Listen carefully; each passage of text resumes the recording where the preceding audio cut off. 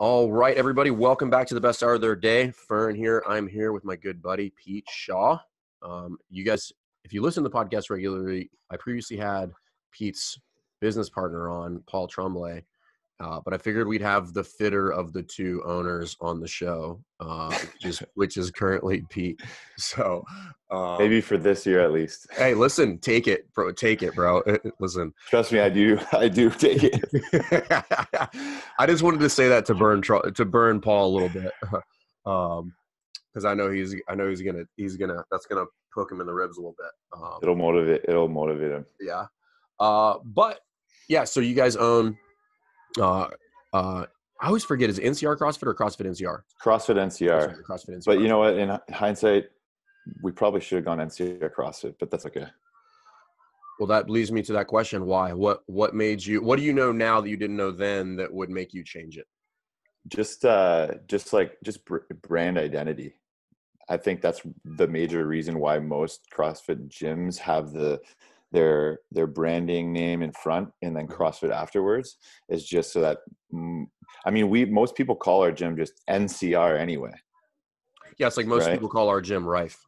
That's the exact. There you go. I mean, are you CrossFit Rife or Rife CrossFit? Well, so we're CrossFit Rife, and that's why I asked. And then when you said that, I was thinking to myself, I'm like, do most gyms do it the other way? I feel like most gyms go CrossFit then their name. I think for sure most gyms do that, but then some, make the conscious effort to go the other way for like branding purposes. I don't know if it's actually something we should have done, but I think CrossFit NCR has a better ring to it anyway.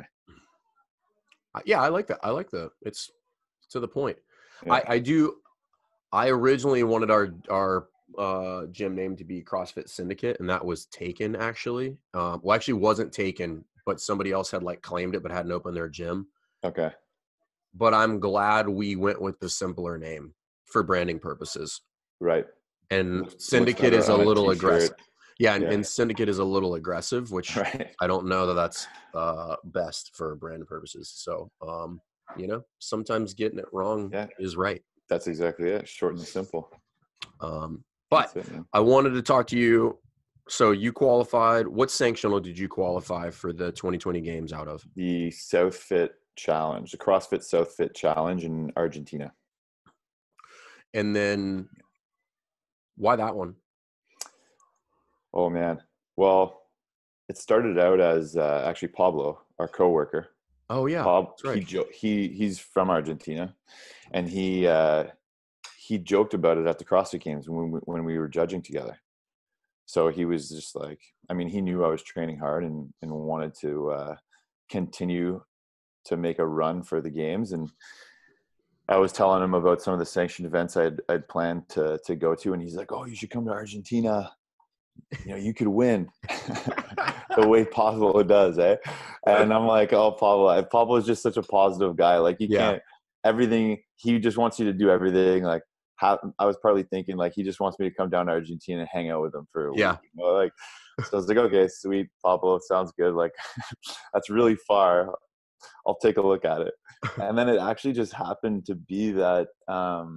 So the closest sanctioned event to me geographically is Montreal, which is happening next month, the Atlas Games.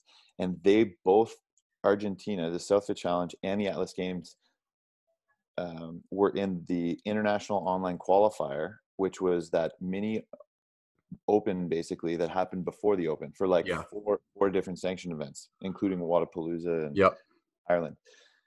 And so I was like, okay, well, of course I'm going to sign up for this because I want to go to Montreal.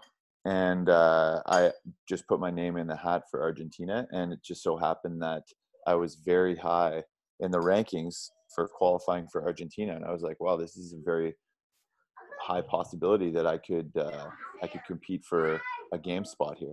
And then, after looking at it, it became sort of a reality. I committed to it and just went for it. Yeah. I think that's an untalked about, in my opinion, bonus of the sanctional, which is people can be a little bit more strategic about where they go and where they compete to give themselves the best odds to win. I'm not gonna lie, I was very strategic. You have to be. That's part of sports. Like that's no different. That's no different than a football team, scheduling a couple for sure wins on the schedule. Yeah, Yeah. And I mean, one of the other factors that played into it was the fact that it fell right before Dubai, which is going to be a popular event for a lot of the top guys Yeah. because there's a huge amount of money to be won there. Yeah. And I mean, What is the cash purse there? At Dubai? Yeah. Oh man, the purse. I mean, the total purse has got to be close to. It's got to be close to $1 million. Really? I don't know. It's a lot of money, man. Like, Holy crap. Isn't the winner making 100,000 at least? Maybe it's not $1 million. Maybe it's $500,000. But I mean, I figured if you walked out of there top male, top female, you're probably going to get something between 75 to 100K though. yeah, I think so. So anyway, and they dish out huge, cash prizes for event wins too. I think they gave 10 grand to the winner of the clean and jerk. Damn. And they just announced that like minutes before the event too. They're just like, okay, by the way, we're gonna give 10 G's to the winner. Everyone's like, oh, okay. All right. Yeah. Putting some extra kilos on the bar. I'm going exactly. broke. Oh. So I mean, knowing how popular that event is for a lot of the top athletes, and I've never been to the games before. I'm a regional competitor, and sort of on the cusp. Like I need to pick and choose my spots wisely, and so I was like, "Hey, Argentina is a real possibility, and I'm gonna put all my eggs into that basket." So I went for it. That's awesome, dude. Congrats on that. I think. Thanks, man. Yeah, I think honestly, if there's no ability to be strategic about a season, then I don't find it very appealing or fun. Right. So I think it's cool, man. I think it's cool to watch people kind of like pick and choose their battles. And, that was one of the big downsides of the regional was like, it was one and done, man. Like if you had a bad weekend, that was just it for you. Even if you were like crazy fit, like you could get sick or whatever. And that was it for you. Absolutely. And the longer season allows for people to choose when they want to peak according to their lifestyle and the demands of their own training and things like that. It was basically like you're forced to peak in March or April, whenever regionals used to be, every single year, and if you weren't ready on that day, then that was it for you. Where let's say there could be a handful of CrossFitters who are just as fit or ready to qualify for the games in December, like I was. Right. And so I managed to peak it at the right time, and I picked the right spot. And there's going to be a bunch of other people doing that in Wadapalooza, and I think there's one in Norway this weekend, which is really cool too. And yeah, Norwegian's underway right now, and then Wadapalooza's next weekend. So so that'll be really sweet to watch. Speaking of lifestyle, you're trying to find new normal at this point. So you have a 4-week-old baby. Yeah. How's that going for you? We were talking about it a little bit beforehand before you hit record, but yeah, man, it's amazing. Like, I mean, that's really all I could say. The experience is crazy. Like, yeah, you've got 2 kids, it totally changes every aspect of your life. And now your world revolves around, this little person. And we were talking about earlier, people ask you about it, and all it seems like you can say is, oh yeah, they poo a lot, they yell a lot and scream a lot, and like, because it's really all they do. They eat, they poo, they sleep, they scream, and most of it seems negative, but like you can't love you can't love your son or daughter more than anything in the world, right? It's crazy. So it's so fun. It's fun to change the diaper. Like it's fun to pick them up when they're screaming. Like as weird as that sounds when you say it out loud, when you experience it, you're like, oh wow, like this is amazing. Yeah, I didn't really. It's hard to grasp when somebody tells you, like when you see your child the first time, that you will look at life as a whole through a different lens. But that's literally how it is. Like it's like everything takes new colors. You look at everything differently. And I like to. We just had a member here who just had his first kid about a week ago, and I like to call it, it's the greatest job in the world, man, being a dad. Yeah, it's a very cool experience. It's a cool club to be in. Yeah. But on that note, so qualified for the games. Yep. The games is coming up in, we'll call it 6 months roughly. Yeah, 22 and a half weeks. Yeah. The So countdown is on. not that you're counting. So how does that, so for most people that don't know, so obviously you coach an affiliate, you're an owner of an affiliate, and then work on seminar staff. How is your schedule changing? Does coaching start to take a back seat at this point in your training? So yeah, I mean, part of the challenge obviously of the last month has been to start to figure that stuff out. In terms of the coaching and my responsibilities at the gym, nothing's really changed a lot. We had a small shift in our coaching schedule before the baby came, and that relieved me of a couple of hours a week. So that was nice, and I got to just have a little bit more of a relaxed end of week, which allows me just to be at home a bit. A lot of the work that we do at the gym, just because, being an owner and operator of the gym, a lot of it is administrative. Mm-hmm. Luckily, a lot of that I could do at home. Yeah. So instead of doing it at the gym, I just choose to do that at home now. I mean, who knows if that's going to change. Or another example would be we outfit our basement with a bunch of workout gear.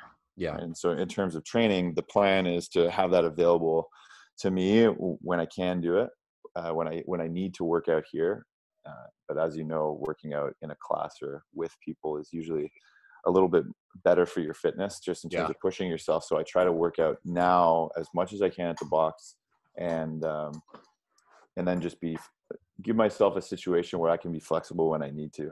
In terms of the hours I need to be at the gym, though, for coaching, etc., that really hasn't changed. And then being on level 1 staff, I make myself as available as I can be, just sort of status quo on that. I just thought about this. How old's PT's new one? They were actually born on the exact same day. Are you kidding me? No, I swear to God, it's pretty crazy. So you guys are just like, hey, let's both of us have kids on the same day. So it happened by chance, and shortly after the first month or two, we were like, wait, our kids are going to do very similar days. He actually kept it a bit of a secret because Sarah's this is her third. It was a scheduled C-section, and so he wanted it to be a surprise for everybody. So he kept the due date a little bit more of a secret than we did. So PT knew the whole time that it was going to be the same day. If Johnny was born when he was supposed to be born, it was actually the day after the due date for us.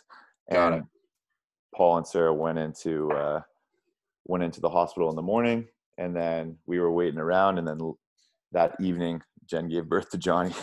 That's awesome. Yeah. That's so cool. Yeah, it was really, really cool. So they share a birthday. Hopefully they can become good friends one day. That's super badass. Yeah. Obviously are you taking a little bit of a break on seminars, or like how much are you working for I scheduled a couple of weekends off in and around the baby, but the second weekend after I was back in Vancouver. I request as many seminars as I can. Yeah. I love working the seminars, and it's my second job. So I'm definitely not taking too much of a break on that. Naturally, over the last 3 years of being on staff, I've been an average of about 20 seminars a year, and so I expect to pretty much hit that same number. Yeah. I mean, that's a little less than what? A little less than every other weekend almost. Yeah, exactly. So about every other weekend. And as you know, it comes in spurts. So it'll be maybe one on, one off for a bit, and then you'll take 4 weeks off, and then you'll do 4 in a row. So it's kind of random, and you just sort of take it in stride. Yeah, I'm in the middle of a 4-week stretch right now of seminars, I believe. Yeah, so by the end of that, you're pretty tired, and then you're ready for maybe. And my wife's a little grumpy, rightfully so. Yeah. So naturally for So that, you usually step away maybe from the gym an extra day during the middle of the week or something like that. I If should, you can. and yeah, and admittedly, I am not the best about doing that. I'm probably the worst to be for full disclosure for everybody. It's hard. Um, the So I do have this question, and I'm sure a lot of people have this question. So you're an affiliate owner Mm-hmm. who is qualified for the games. So obviously Yep. your training looks a little bit different, but Mm-hmm.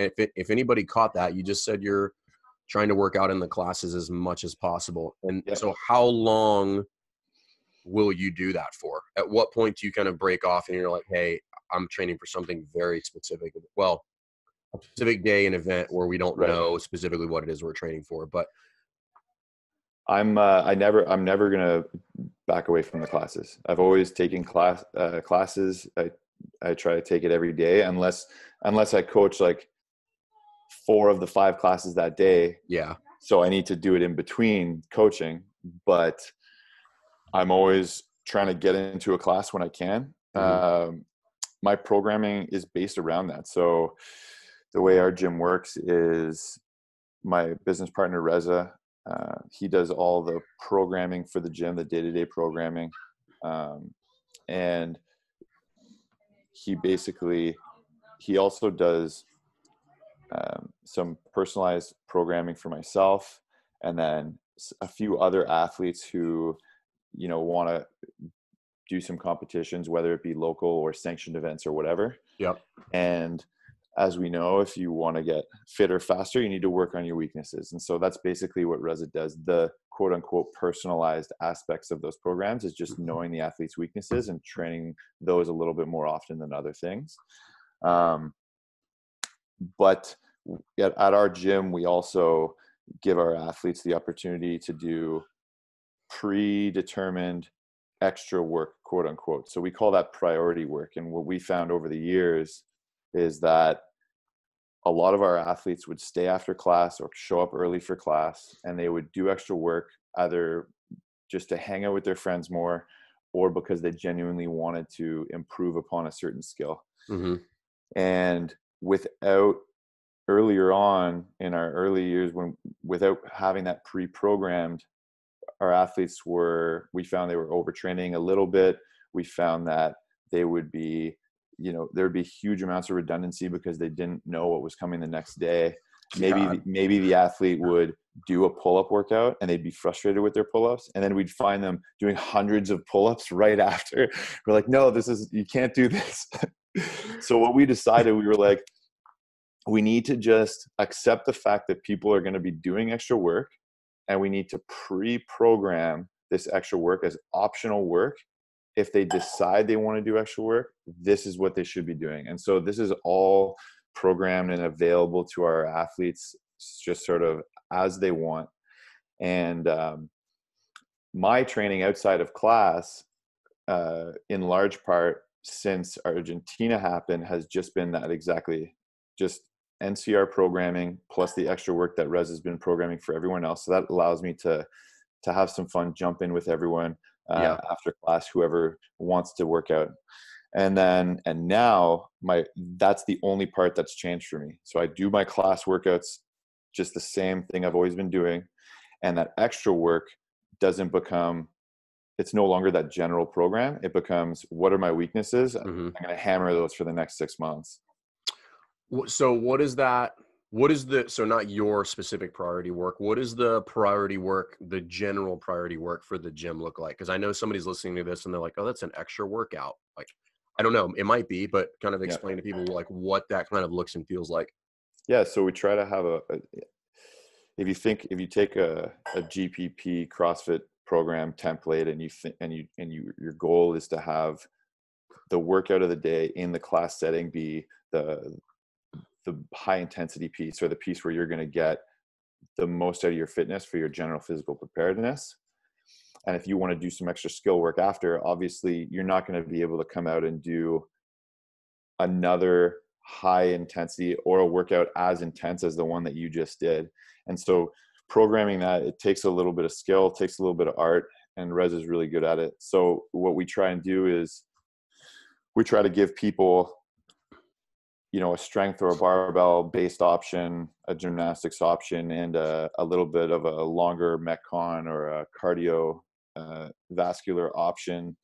And I mean, those aren't hard rules, but that gives you sort of a general visual of it and an outline. And Are all people will, three of those available every day, or are you picking and choosing? It's one of those every day. they're all available every single day. Okay. And we educate our athletes to pick and choose based on their weaknesses.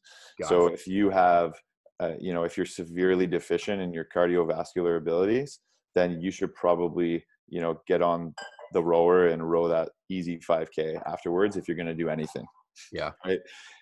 And so that's sort of how we educate everyone. What happens a lot of the time too is, like I said, people just like hanging out with their friends and doing WODs. Yeah. Right? So you get a few people off to the side, they look at the priority work, that's what we call it, and they might mix and match some stuff. So they'll be like, hey, I like this part and this part, and I've only got 20 minutes, so let's combine those two and just do like a cool partner workout. Yeah. So that's how it ends up being. I used to be of the school of thought that you should just put a hard stop on that. And then that was just ignorant on my part, and it was very idealistic, because then I thought about myself. I'm like, well, I grew up as a gym rat, and I would just be in the gym all day long, whether it's Yeah. playing sports or training and stuff like that. Yeah. And I realized that taking that away from people does not facilitate the best hour of their day, number one. No.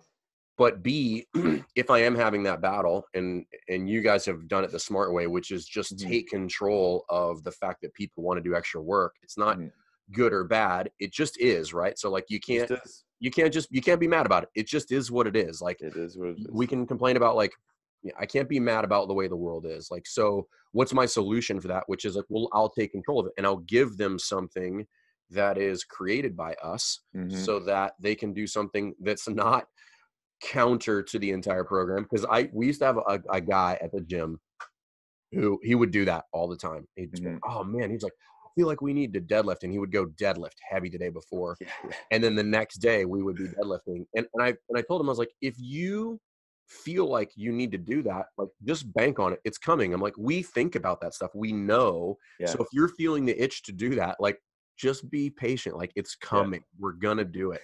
Yeah. But no, I think that's smart. And I think, the people who are doing their own program on the side, who are coaches or affiliate owners, like you don't have to. There's no reason that the affiliate can't do your special program, as far as, as long as the center of that is GPP based. And then if you want to create accessory work or priority work, however you want to call it, like you can do that. And then, but everybody's now doing the same thing. That's exactly it. And it creates a culture where, people are doing their own mini, group stuff in the open gym side of the building. And you're creating community beyond the class, which is super important, because now you don't have the one person who thinks they're, the competitive CrossFitter and needs their own programming. So they isolate themselves in the corner and they're just doing that to try to get better, and everyone's intimidated by them, right? Instead, you have multiple people who are just genuinely having fun with CrossFit. Maybe not even to do a competition, but I mean, most of us started CrossFit because it was fun. Yeah. Right. We started CrossFit because it was fun, and we just love doing workouts. Right. And you have to have that voice in your head that tells you when to stop, because it can be, counterproductive at times. But who are we to stop people from having fun? Right. And if that's the reason they're coming to your gym, and they have not only the best hour of their day, but maybe sometimes the best 2 hours of their day. Yeah. I'm not going to kick them out. I'm going to, take them under my wing, and I'm going to educate them on how they can do it in a safe environment, and how they can make choices that will actually benefit their fitness instead of take away from it. So that's kind of the culture we're trying to create is, it's okay to do extra stuff. And if you are going to do it, this is what you should do, because there are things you need to consider. And what you'll find anyway is that most people have had enough after the class anyway. So, you don't need to really put the reins on it, and have caution tape around the open gym side. People will make that decision on their own. just based on how hard they went and how good they're feeling. It's usually the people with all the energy in the world and the people that can handle it. It's like the minority, and they're the ones that are going to do that extra work. I find that because we do something very similar, but I do want to make some tweaks to it. And but I find that most people don't do the extra work. No, they don't. They're just Now, tired. yeah, they're tired. They're smoked. Now, if people are not, and this is something to consider for coaches who are listening to this, if you have huge swaths of people in your gym that are always looking to do extra work, Mhm. I'm inclined to think that you're not facilitating the workout correctly, meaning they're not hitting it with the intensity. They don't understand the stimulus. They're not looking at the loading and the volume the way that they should. Yep. Because when you do those things correctly, I don't want to do anything else. No, it's true. It's true. And even in my own training, like I realize that training for the CrossFit Games, it's important for me to get a certain number of skills in per day, to get a certain amount of training in per day, to make myself competitive. And although sometimes my day forces me to get all the work done within like a 2 to 3 hour window kind of straight, it's not the most productive because I do the first hour and I'm smashed. And so getting through the next part is really, really tough. And so just from experience, I know that, you know, if you do the class workout and you do want to hit something with high intensity immediately after, then you probably didn't go hard enough in that class workout. Right. Yeah. I usually have to try to break that up. And that's, you know, that's something that came about over a long period of time. We had to learn that at our gym. It was just sort of the evolution of it. We never had open gym when we first started. We just didn't have the space for it. Our classes were packed, and we had to tell people like, hey, if you want to do extra work, like you and the 10 other people have this 6 foot, you know, piece of real estate in the corner, and all you can have is like a dumbbell and a med ball. That's it.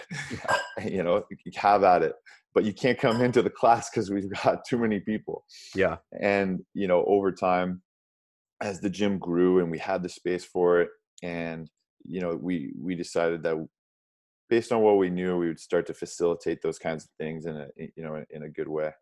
But no, you're absolutely right. And part of the programming, when you're thinking about that, and you need to take that into consideration. It's like, okay, these items that come after the workout, or these accessory pieces, should be lower intensity. They should have a specific focus on improving a skill, and not necessarily having another workout that's the highest intensity, you know, compared to what the class was. So Yeah, I think it's one of those things where sometimes you might have to emphasize that these are not for time on those extra pieces. Yeah. And that's always been my contention with people who put multiple things in the hour. So I got a heavy lift, I got this, and I got that. I'm not, and I've said this before on the podcast, like if you want to do that stuff, that's fine. But optimally, that's to be done in a 3 to 4 hour window so that I can get the full benefit of them when I do them. So I can hit them, so I can hit the heavy lift and touch 90% if it happens to be in the program, because that's like where I'm trying to get that neuroendocrine response and the stimulus for to be heavy. And then I need a 4 hour break to hit a 12-minute Metcon that's supposed to be full throttle, that's going to punish me a little bit. But if you're putting all those in a 60-minute window, you're doing both of them half-ass, and therefore not actually getting the value that you're looking for. You just feel like you did a lot of work because you did a lot of work in an hour, but you didn't do it optimally. And that's always been my contention, is like, I'm not saying that stuff's bad. It's not intended for a 60-minute window.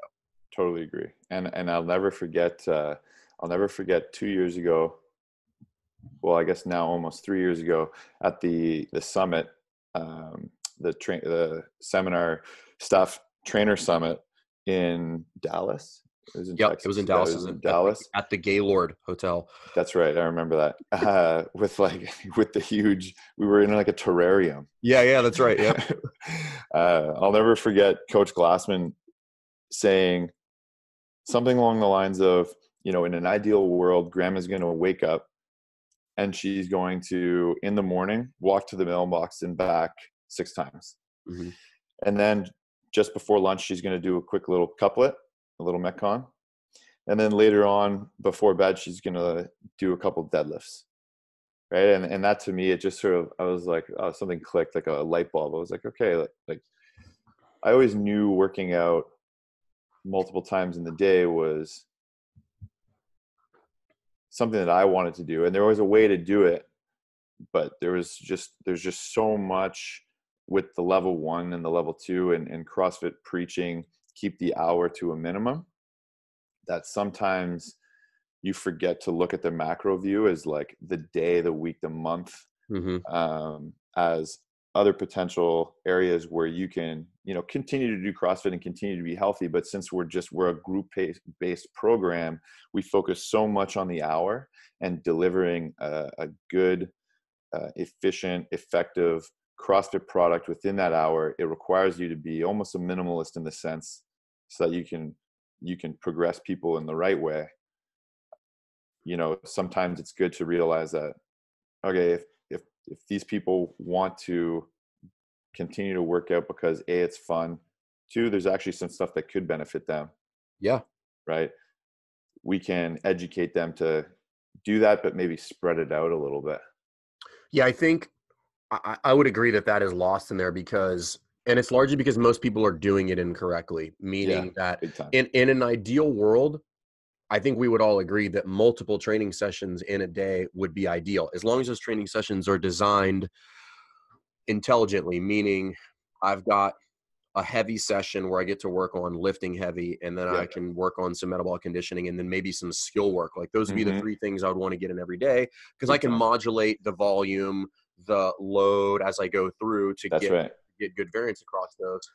But since we don't all have that, then the next best option is minimum effective dose, which is do one of those really, really, really well. Absolutely. And typically what you would, in an ideal world, as far as recovery, you would probably be looking at 4 hours between each training session. Prioritizing the one that would be the most needed would go first in the day. So if you're weak, lift heavy. If you lack cardiorespiratory endurance, then that would go first in the day. That's right. So, but again, and then who's to say that those are even all going to take an hour to do, right? Like it could be 20 minutes. It could be, right. 20 minutes you spend on deadlifts if you're by yourself in your garage gym, Yeah, because heavy is relative, right? So like Exactly. maybe I don't need to touch 90%. Maybe I just need to pick up some heavy weight, do a little position work, or maybe I don't need an hour to do some cardiorespiratory stuff. I need a 15-minute warm up, and then need to run 6 400-meter repeats. That's right. And you're coaching yourself. There's not, you don't have any group management to worry about with a 20-person class. Most of those don't take an hour. Exactly.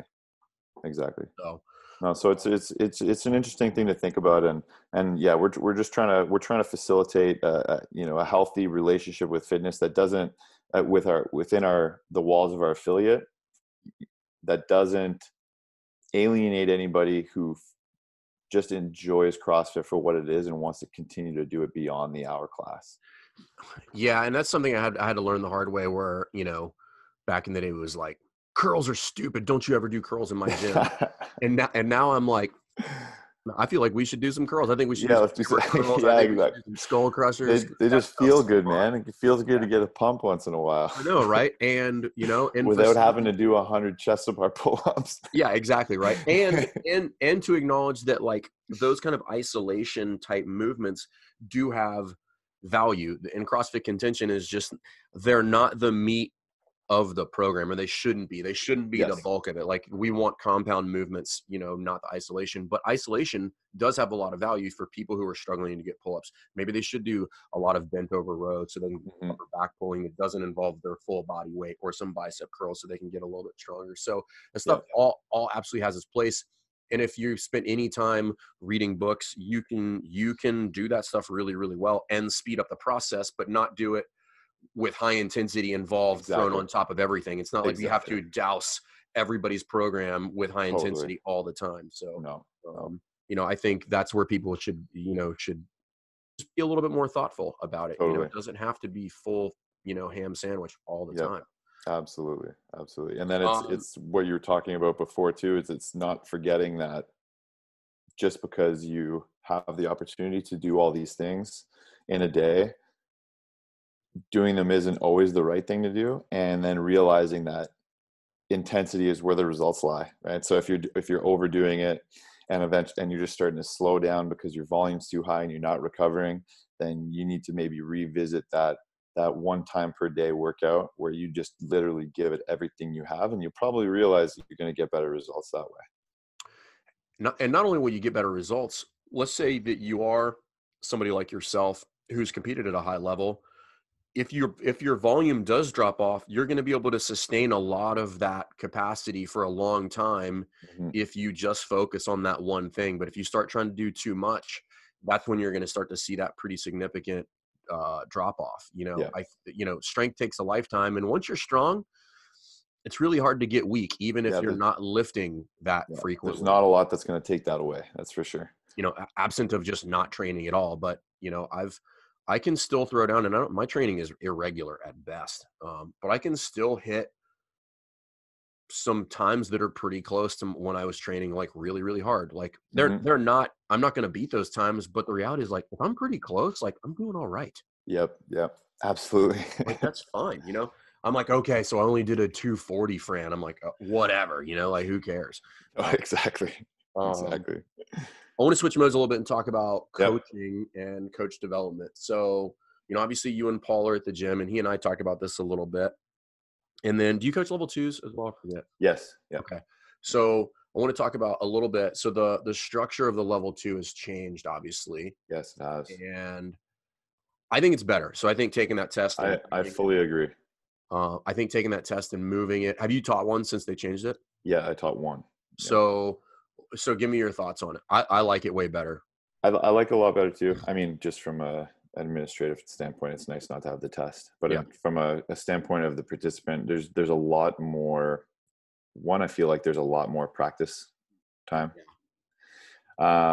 Number two, the way they switch things around, it's hard. People won't really know unless they've come back for a second time. Obviously, the difference. Yeah. But the progression through the different aspects of coaching, or the criteria that make a good coach, and the way that we layer it into the weekend is, to me, a lot more logical, and it Mhm. makes it easier on the participants to start to understand how to implement that into their own coaching practice. um, so for example, dabbling a little bit in the heavy day on day one, Mhm. with a few of the things that we touched on day one, is really makes a lot of sense to me. And then coming back full circle and trying to implement that, or see it being implemented into a full class setting with the hour class at the end, Mhm. is great. So, and then the nutrition lecture, I think, is a great addition. We talk, the level two is basically a how-to guide onto how to implement the methodology that we teach in the level one effectively. Mhm. And part of that's nutrition. And so the nutrition aspect, I love how now we're getting into, well, we always got into how do you coach the movements. Now it's how do you coach nutrition on top of that, Yeah. and implement it into your gym. So I think it's great.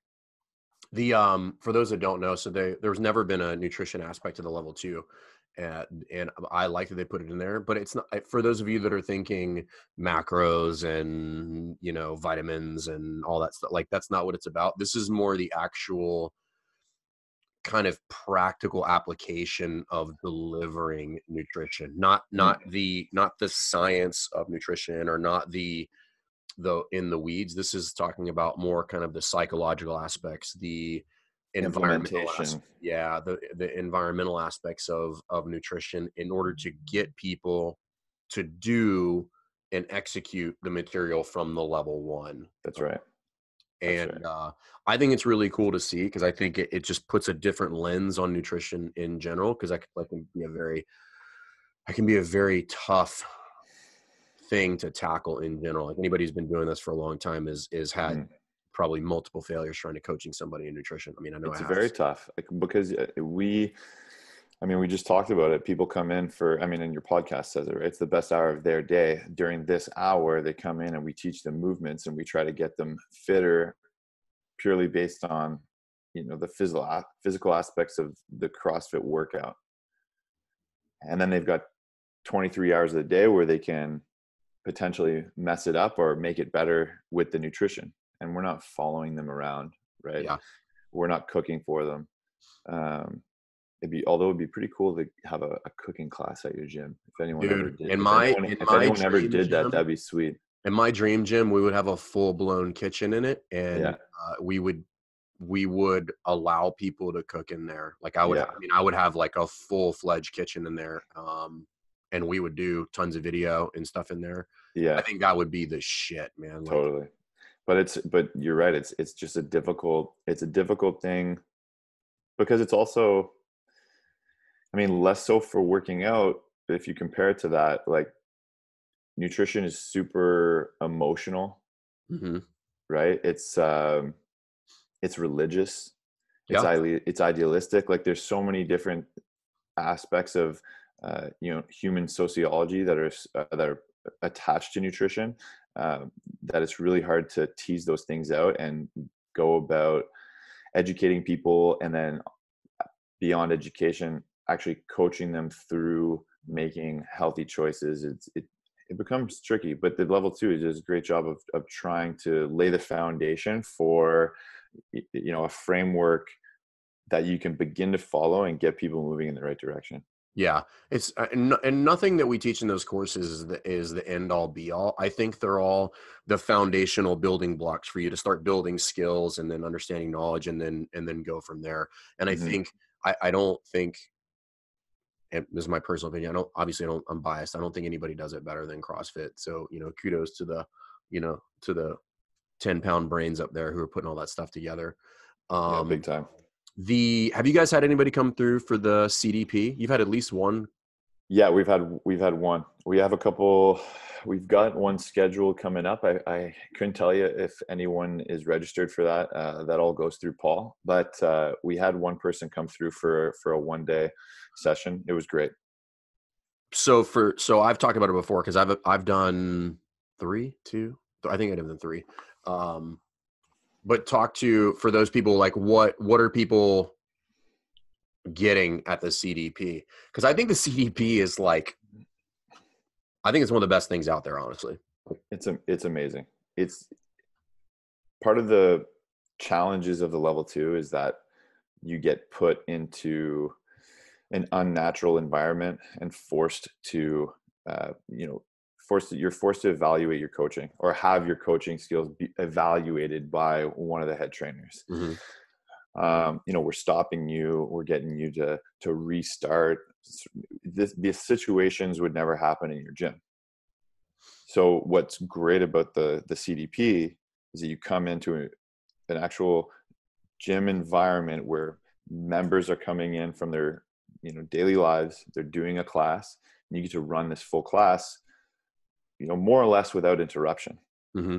Right. So you get to come in with a plan. We talk about the plan and we try to execute that as best as possible. And yeah, there might be little conversations during the course of the class where you get to start maybe implement some potential strategies in real time. But for the most part, you get to just sort of coach the class and talk about it and then try and make some changes throughout that day as you coach 1 or 2 more classes on top of that. So it's really cool because this is how you're going to be doing it in your own affiliate, right? So you can take what you learn and directly apply that instead of having to come up with these conceptual ideas like, okay, I learned this concept at the level 2. How do I put that into that class environment, right? Like they do see the class example at the end of the weekend. But it's one thing to see it and it's another thing to practice it. Right? Yeah. So it's a really, really cool course. Because people have asked me where it fits in. And I think you can kind of play. So let's think about like the full spectrum, level 1, level 2, level 3, level 4. And I believe the level 4 is going to be launched end of March. So less than 2 months. whether you put that kind of CDP, I think it's definitely post level 2. For sure. But whether you put it before your level 3 or after your level 3, I think in my mind, if your intent is to apply and take the level 4, in my mind, that's a must. Yes. You need to Yeah. do a CDP prior to taking the level 4. Yeah. Otherwise, I think you are probably just going to waste money taking the level 4 and not pass that test. Yeah, I agree. If you were to have one, like a tree telling you which direction to go from level 1 to level 2, I feel like the CDP and the level 3 would branch off in almost different directions, because one's Yeah. practical and one's just an evaluation. Yep. But then both would need Yep. to be hit before you got to your level 4. Yeah. And the CDP is not required to take the level 4. The No. level 3 is required. Yes. In my opinion, in my experience, I personally think if you're going to shoot to try to pass level 4, then I'm going to tell you that in practical application, it's required, because Yeah, that's going to be your dry run to that's have right. somebody put eyes on you to say, hey, you're either in a good spot for this or you're not. And then try to help you create those solutions for that. And whether you do a 1 day or a 3 day, they can look a little bit different. But for me, it's been really cool to see the people come through and throw them in the deep end a little bit. And everybody's like, well, these are not my athletes, and I'm not whatever. And I'm like, it shouldn't matter. Like if you're a good coach, none of that stuff matters. Like it is entirely irrelevant. Your skill set is your skill set and has nothing. It's not like I mean, in your own environment too, you can show up 15 minutes before your class, and that's all the time you need to prep, because you know the environment, right? For the CDP, you come in an hour, a couple hours before. You depending on the schedule of the gym you're at too, you might even see a class ideally being run beforehand by someone else, and you're given time to prep for these classes. It's not like you're showing up like you would at your own gym 10-15 minutes before, say hi to people, talk about some memberships and what they did on the weekend, and then go. It's you have much more time to prepare, because of the fact that it is a learning opportunity, it's a course, and it is in a bit of an unnatural environment, so you're prepared. And for a lot of people, myself included, like I think it's rare for you to show up somewhere and have nothing to do but work on coaching. Like even if you're not a gym owner, but you're a coach, like there's other stuff going on that's a distraction and you're not practicing. But the CDP is like either 1 or 3 days where like full immersion, like that's all I've got going on. I get to review my lesson plan. We get to talk about it. I get to run drills. I get to do a practice class, and I get to do all these things, and I get to just focus on the core principles of coaching. Yeah. Because in your affiliate, the reality is like we don't really get to do that every day. Like that, we're coaching, but we're not getting evaluated and practicing coaching at that point. Totally. So. And it's a collaboration essentially with some people with a lot of experience, right? And so it's, again, that's another thing that is rare, unless you have enough initiative to just go hang out in someone else's affiliate who has that experience, right? Which sometimes that does happen. Or like, hey, someone calls you up randomly once every 3 years. Hey, can I come hang out in your affiliate and learn from you? I had a dude hit me up yesterday about that. Who's I was like, yeah, I'm like, here's my schedule. Yeah, which is great, right? And so there's a lot of cool ideas that get bounced around, and that's what I think is cool about the CDP and just that coaching in general, which is I start off, I'm like, what are your goals? And they're like, I want to get better at this. And I'm like, okay, cool. So then we do an evaluation on, because I want to make sure that their goals are match up with what they actually need. So like, is that an accurate assessment of what you need to work on the most? Right. And then, and if they do, then we can like push them towards those things, and we can be like, all right, cool. Like we can actually start to get you better at those. And here's some very tangible items for you to start working on immediately, which I think is cool. So yeah, it's a great course. Cool. So what's on tap from now between the games? So now, I mean, like I said, trying to get into a normal or semi-normal routine with Johnny, and coaching and the level 1 and training. So last week was actually, when I was describing to you that Reza starts to program my weakness work for me. Last week was the first week since Argentina that he's been back doing that. So, so now I look at my spreadsheet the night before, plan out my day. There's a few hours of training I need to wiggle in there. There's my normal coaching hours, and I'm pretty much just going to try and stay on that train for the next 6 months. I think the less I can disturb that, the better once I do get into a routine, because then it's automatic, and I can train, I can coach, I can get the level 1 stuff done. I can be here for Jen and the family, and try to be a good father and a good husband at the same time, which is Valentine's Day today. So it is. Yeah. So today is an important day. Don't forget. Yeah. And I'm doing a couple sanctioned events, so I could just continue to get my feet wet with competition. I mean, it's one thing to train in your own gym every single day, and it's the whole nother ball game to get out there and compete against. What are the other ones that you have, or have you picked them yet? Yeah, so next month I'm going to Atlas Games in Montreal. So you are still going to do that? Got it. I'm still going to do that. So that's the first sanctioned event in Canada. Okay. And it's going to be a nice tip of the hat to regionals when it used to be up here in Canada. So we're going to see a lot of the old Canada East competitors, and it'll be cool. Pretty kind of nostalgic for people. So we're excited about that up here.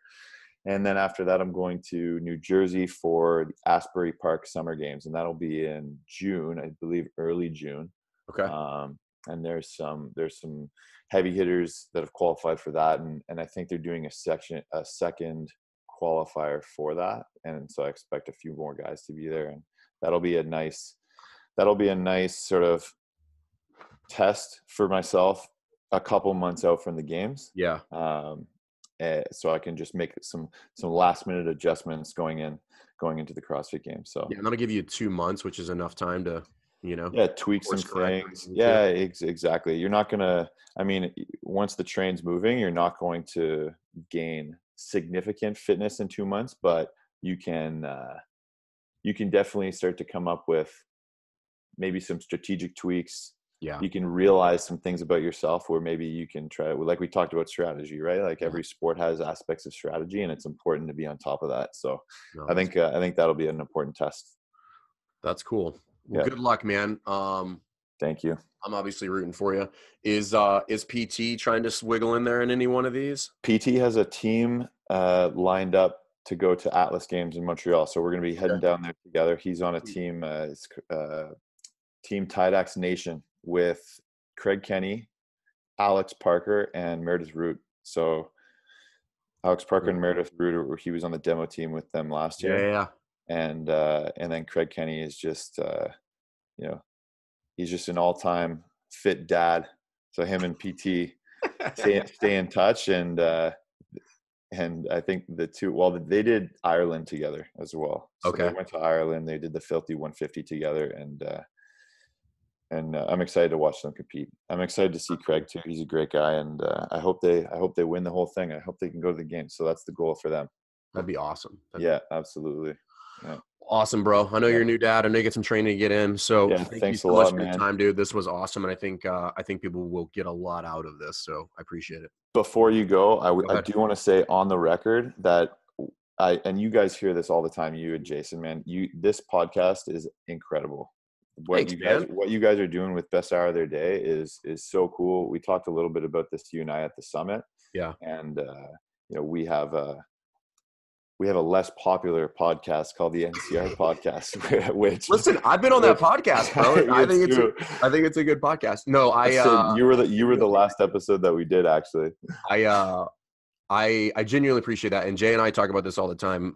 We get a lot of feedback from coaches and stuff like that, but the ones that we truly appreciate the most are from our peers. Like, I think that's like the highest kind of nod that you can get. So that always means like that for me, I'm like, okay, we're on the right track, at least if our peers are looking at me like, hey, that's good stuff. Yeah, you guys really are. And I mean, the content and the amount of resources is great. I had only, I'm going to be honest with you, I had only listened to a few podcasts until you messaged me to be on it. And then the last 2 days I listened to 3 of them.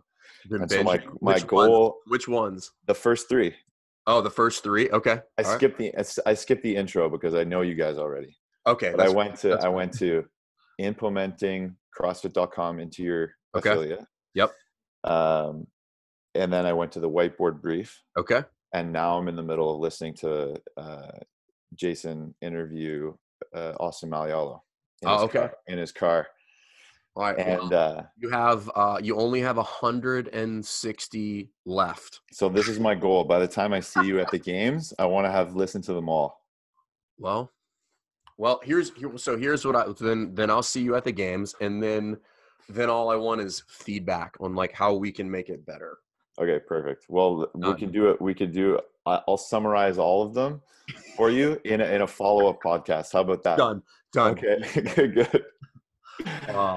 All right, dude. Hey, Perfect, I appreciate it. Thanks so much. Let's pitch your guys' programming. So the NCR program is available on SugarWOD? It's available on SugarWOD. It's available on Beyond the Whiteboard. Okay. We post the workout, the class workout every day on Instagram for free. So you can follow the NCR program and you can get a little taste of that. We also throw out on that Instagram page the class outlines and class plans that I write up every single week, and we give you little doses of the priority work. So if you're interested in just sort of tasting that stuff, that's all there for you to test out. And it's just, the reason we do it is because we do it anyway, and we just offer it to people if they want to try to implement that into their gyms, because if it's going to work for them, then that's good. Awesome. Yeah. So check it out, guys. Again, coming from some of the best minds in the community, in my opinion, with a ton of experience. So go check them out. And if you got questions, hit us up or just go directly to them. And I know those guys are happy to help you out. So, all right, brother, I'm going to let you get to it. I appreciate your time. Thank you. Yep. Thanks for listening to Best Hour of Their Day. If you haven't heard about Anchor, it's the easiest way to make a podcast. Let me explain. First of all, it's free. How cool is that? There's a creation tool that allows you to record and edit your podcast right from your phone or computer, so it becomes super simple. Some of these episodes with Fern or Todd or myself chatting with one another, we've done right within the app itself. Anchor will make it easy to distribute your podcast to all platforms, Spotify, Apple, and many more.